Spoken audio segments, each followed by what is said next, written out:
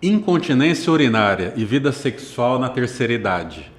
Nós vamos abordar hoje com a doutora Vanessa e a doutora Roberta, que são da área da fisioterapia pélvica, vão nos ajudar a abordar melhor esse assunto, que é bastante importante e normalmente passa batido nos consultórios médicos. O paciente aparece lá com problemas de pressão alta, alguma coisinha ali no exame, dor na coluna, e esse assunto de incontinência urinária acaba passando batido. E a pessoa acha que é normal devido à idade, né? E quando vai ver já está tarde demais para ser abordado esse assunto. Então trouxe duas grandes amigas aí da área da fisioterapia para tentar nos ajudar a abordar melhor esse assunto. Vamos lá? A temática de hoje vai ser no formato de mito ou verdade. Então vou colocar aqui algumas frases e vamos discutir em cima disso, tá bom? Combinado. Doutora Vanessa, né, e doutora Roberta, se apresentem. Vocês trabalham já há muito tempo com a parte de fisioterapia pélvica, como é que é? Sim, trabalhamos. Antes a gente tinha uma equipe, nós éramos em 3, éramos a Fisiopelve, né? E uma de nós acabou mudando para São Paulo, aí ficamos a Roberta e eu. Mas eu me formei em 2008, e aí a partir daí eu sempre atendi a parte de saúde da mulher, depois eu me especializei em pélvica, então faz ali aproximadamente 15 anos. Ok. Eu sou a Roberta, trabalho com fisioterapia pélvica há mais ou menos uns 20 anos. Eu me formei em 2001 e logo em seguida já comecei a trabalhar com a fisioterapia pélvica. E aí depois de uns anos conheci as meninas e a gente montou essa equipe justamente para poder levar informação para a população, porque poucos se conhecia e ainda pouco se conhece sobre fisioterapia pélvica e o que ela trata. Ótimo. E meu nome é Luiz Fernando, sou médico geriatra há mais de 15 anos, a maior parte do tempo lá em São Paulo. Chegando no interior, percebi que a geriatria estava muito mal explicada, muita gente em dúvida, o que o geriatra faz, o que não faz. Daí eu montei um canal para poder explicar melhor aqui no interior, né, para abordar de maneira mais tranquila, né, esse assunto. E aqui eu trago profissionais diversos, advogados, né, e tudo mais para abordar os assuntos. E hoje, então, nós vamos conversar sobre incontinência urinária e a vida sexual da pessoa idosa. No formato, então, de mito ou verdade. Vamos lá? Vamos lá. Primeira pergunta. A fisioterapia pélvica trata só de problemas femininos? Mito. A fisioterapia pélvica, ela trabalha com todas as disfunções relacionadas à pelve. Ela trabalha com homem, mulheres e crianças. Ah, crianças também. Crianças também. Não sabia. Não, as pessoas geralmente, quando chegam no consultório e vê as crianças lá, mas fisioterapia pélvica para crianças, sim, as crianças também têm distúrbios miccionais, evacuatórios, então a gente atende mulher, homem e criança. Ah, muito bem.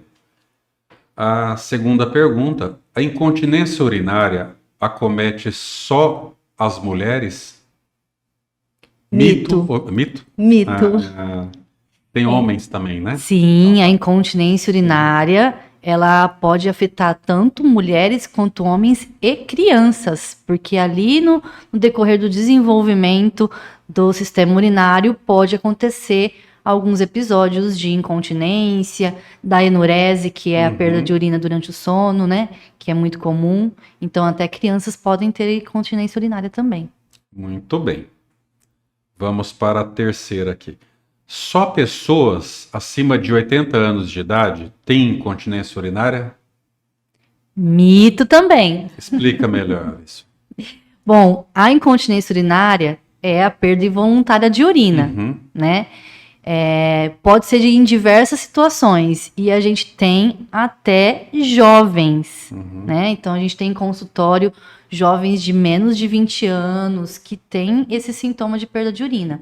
É lógico que com o decorrer da idade, a musculatura ela vai enfraquecendo, principalmente as mulheres vai sofrendo a alteração de menopausa, de sobrecarga de gestações, de partos, então isso vai ficando mais comum, mas não é normal. E a idade é um fator de risco, Uhum. mas independente da idade, a pessoa pode ter incontinência urinária. É muito comum no consultório, pergunta para paciente, olha, quando você tosse, né, ou dá risada, escapa a urina? Ah, doutor, muito de vez em quando. E acha que é normal isso, né? Isso. Então eu já oriento a estar indo na fisioterapeuta que mexe com a parte de pelve, né, para já ir fazendo essa, digamos, tratamento, né, para prevenir que isso evolua de uma maneira negativa, né? E geralmente evolui. Sim, evolui. Se é uma perda leve, se a gente não trata essa musculatura, se a gente não reequilibra essa musculatura, ela vai progredir, vai se tornar uma perda mais grave, né? A partir do momento que tá ali em alguns espirros, ou quando tá um pouquinho apertada para ir no banheiro, perde um pouquinho, uma ou outra vez, se não for tratado corretamente, se não for reequilibrada essa musculatura, ela vai progredir, vai piorar. Porque qualquer perda urinária, ela não é normal. Então, mas eu perco só um pouquinho. Mas a perda involuntária de urina já é considerado qualquer perda, mesmo que seja uma perda pequena, já é considerada incontinência urinária. Isso. Nós da geriatria, principalmente nos grandes centros, nós evitamos de ficar entrando com remédio. Existem alguns remédios, né, que tentam tratar incontinência urinária, existem alguns tipos de cirurgia, tudo, nós vamos falar sobre isso. Só que dentro dos principais centros médicos geriátricos do mundo, tudo começa pelo tratamento não medicamentoso. Tudo. Isso é o tratamento conservador que Conservador. a gente fala, né? E a fisioterapia pélvica hoje, ela é considerada padrão ouro para o tratamento de incontinência urinária, principalmente a incontinência urinária de esforço. Ah, muito bem. É a primeira linha de tratamento, né? Considerada. É isso que nós vamos falar agora na próxima hora. Quarta frase. Só existe um tipo de incontinência urinária? É verdade ou mito? É mito. Existem vários tipos de incontinência urinária. A mais conhecida, que é a incontinência urinária de esforço, que é aquela que acontece quando o paciente tosse, espirra, levanta um peso, ou está na academia, pula na cama elástica, mas existe também a incontinência urinária de urgência, que é aquela incontinência que o paciente sente vontade de fazer xixi e precisa sair correndo. Então, ele não consegue segurar o xixi. Então, vem aquela vontade repentina e ele precisa sair, porque senão ele tem perda. Sim. Então, essa é um tipo de incontinência também. E ela é caracterizada por essas contrações involuntárias da bexiga e ela acontece inesperadamente. Então, é aquele paciente que vai várias vezes ao banheiro durante o dia, ele levanta várias vezes à noite para fazer xixi, o que não é normal. Mas tem outros tipos de incontinência urinária também. Inclusive tem as mistas também, né? Tem a mista, tem a de transbordamento, tem a funcional, que às vezes o paciente não tem problema no sistema urinário, problema nenhum, mas ele tem ou algum problema psicológico ou cognitivo, ou ele tem uma artrose, por exemplo, dor, ele não tem a destreza de chegar rápido ao banheiro, então até chegar ele tem perda urinária. Na verdade, essa incontinência funcional acaba afetando principalmente idosos, né? Sim. Pela incapacidade motora de chegar ao banheiro, acaba tendo a perda de urina no meio do caminho. Então, a gente tem bastante afecção na terceira idade dessa funcional. Entendi. Eu vi que vocês trouxeram aqui algumas peças, né? Sim. Para explicar alguma coisa relacionada a enfraquecimento muscular, alguma coisa assim? Sim, nós trabalhamos com a pelve, né? E a partir do momento que a gente trabalha com a fisioterapia pélvica, a gente sempre explica quais estruturas que a gente vai estar trabalhando, vai estar tratando, né? Então, essa daqui é a pelve, né? Então, essa pelve, a gente trabalha várias estruturas, né? A gente trabalha articulações, ligamentos, fáscia e a musculatura do assoalho pélvico, né? Então, essa musculatura do assoalho pélvico, ela é dividida em superficial e profunda, né? Então, aqui na musculatura superficial, a gente tem a região da vulva, né? Onde tem musculaturas em volta do clitóris, até a parte do ânus, que é o esfíncter, e musculatura profunda, aqui dentro, todinho dentro do canal da vagina, a gente tem várias musculaturas profundas, inclusive elevadores do ânus, que fazem o fechamento da uretra. Né? São mais de 20 tipos de músculos. Olha né? só, A gente muita acha coisa. que acha muita que é coisa. um ou outro músculo, mas são E é uma bastante. especialidade à parte, né, a fisioterapia pélvica, né, porque muitas vezes eu encaminho o paciente e o paciente é leigo, né, acho que todo fisioterapeuta está habilitado para trabalhar essa parte e não, né, é uma subespecialidade, né, dentro da fisioterapia, é isso? Isso, a fisioterapia pélvica é uma especialidade, assim como a respiratória, a cardíaca, Sim. a ortopedia, né? Então a gente tem um apanhado de conhecimento geral na faculdade, Sim. mas a parte prática específica a gente precisa procurar. É a pélvica. A Muito gente bem. precisa procurar por Muito fora, bem. extracurricular. Muito bem. Uma outra frase, né, para dar continuidade na nossa questão de mito ou verdade, o tratamento é só cirúrgico? Não, mito. É mito? É mito. O tratamento não é só cirúrgico.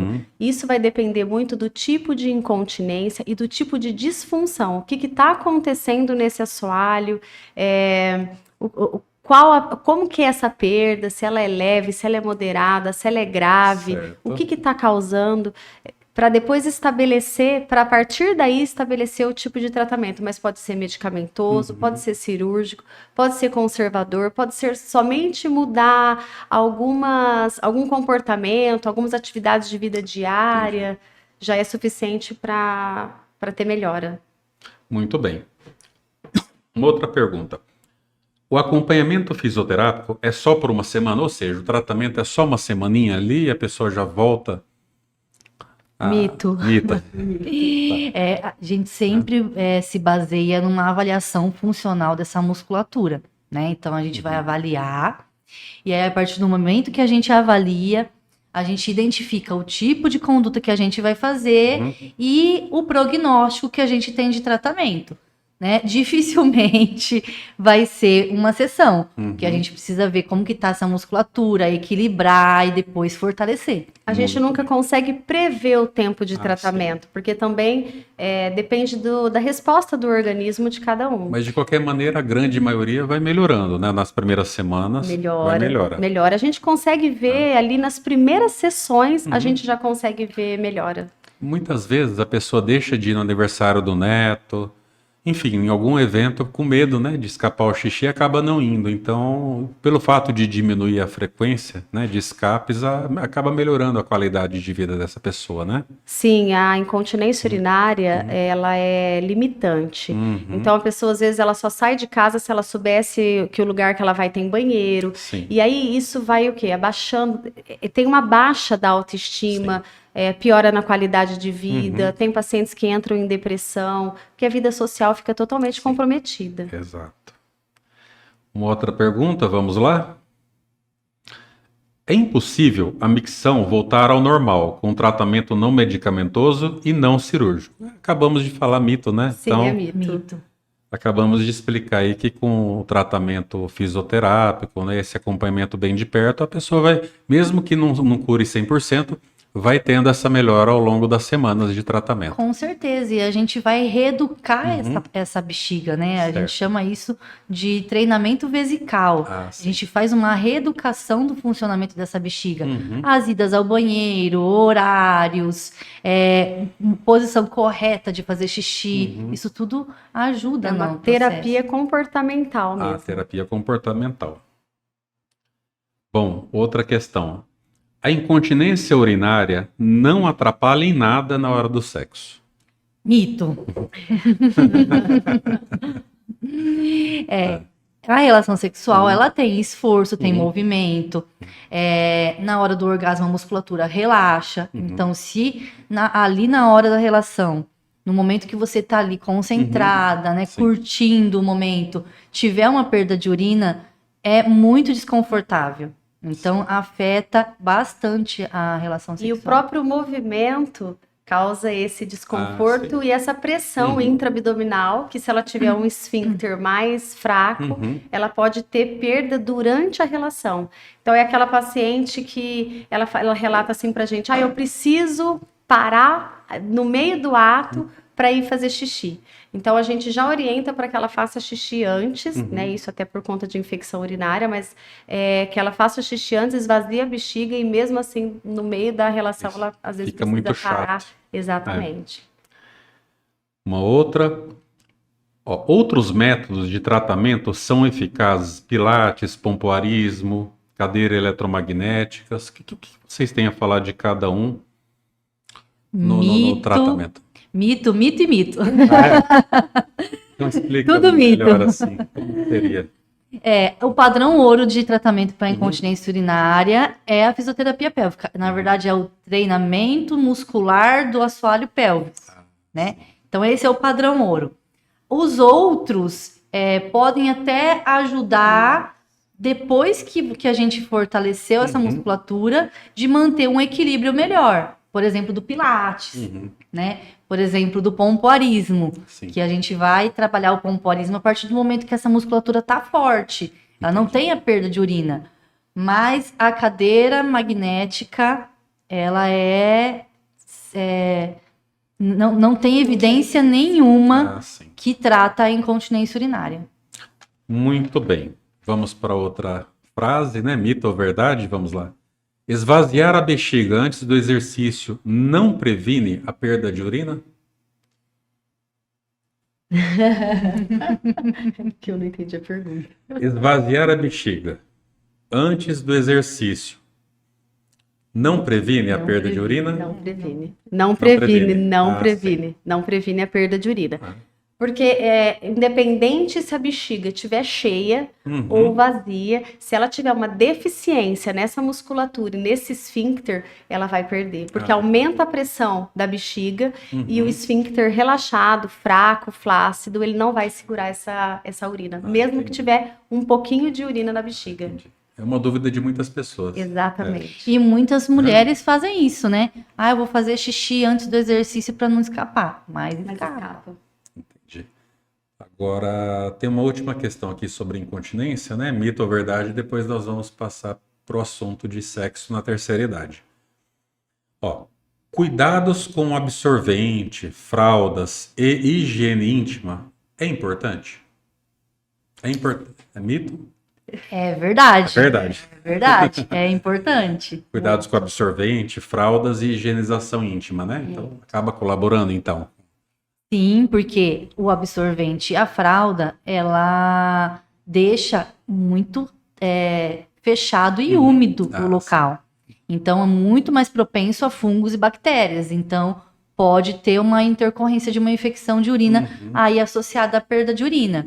E a higienização correta também, porque aí a gente, fazendo uma higienização correta, a gente vai estar prevenindo essas intercorrências. A gente fala que principalmente é a candidíase e a infecção de urina, né? Sim.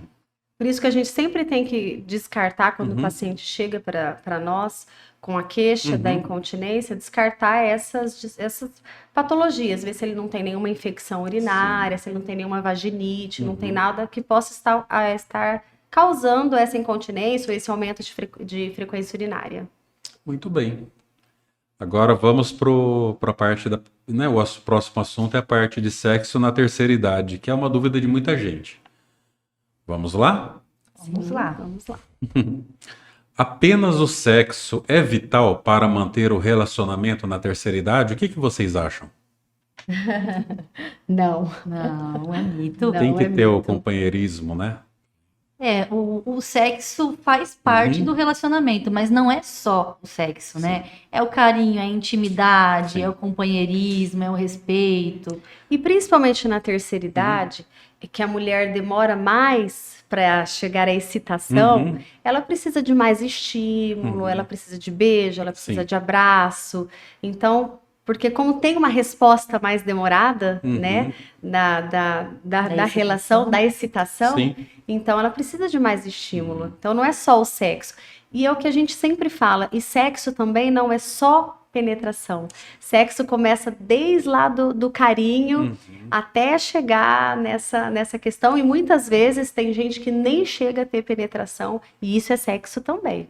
Ok, muito bem. Segunda frase, olha, não existe tratamento fisioterápico para colaborar com o casal no tocante ao assunto de sexo. Não existe? Mito. Ah, o que vocês têm a falar? Existe sim. A gente trabalha tanto com o homem, com os homens, quanto com as mulheres nessas questões. Porque o que pode trazer esse desconforto, essa falha na relação sexual?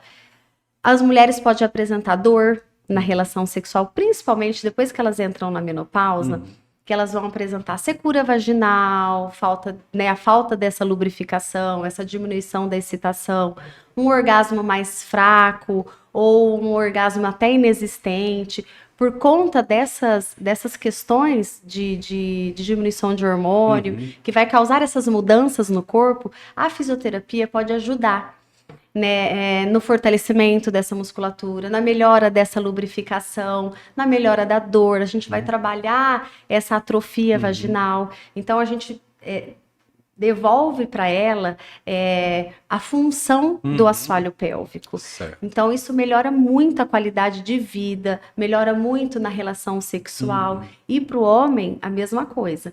As disfunções no homem, a fisioterapia também ajuda muito, porque a gente também vai trabalhar essa questão da musculatura, do fortalecimento dessa musculatura, de melhora da circulação local. Então, ajuda ele a melhorar a ereção e a manter a ereção e ter uma relação sexual satisfatória. Que legal. A hora que a gente pensa em envelhecimento, né, não só a mulher, mas os homens são bem afetados, né? Perda de massa muscular, perda de condicionamento, né? E isso influencia diretamente na performance, né? Então aí a fisioterapia pélvica entra aí ao ponto de prevenção, se não tem nenhuma alteração, né? Pra gente fortalecer e melhorar essa função, como o tratamento também. Ok. Olha lá, ó. Todo homem ficará impotente após os 60 anos. Mito. Mito.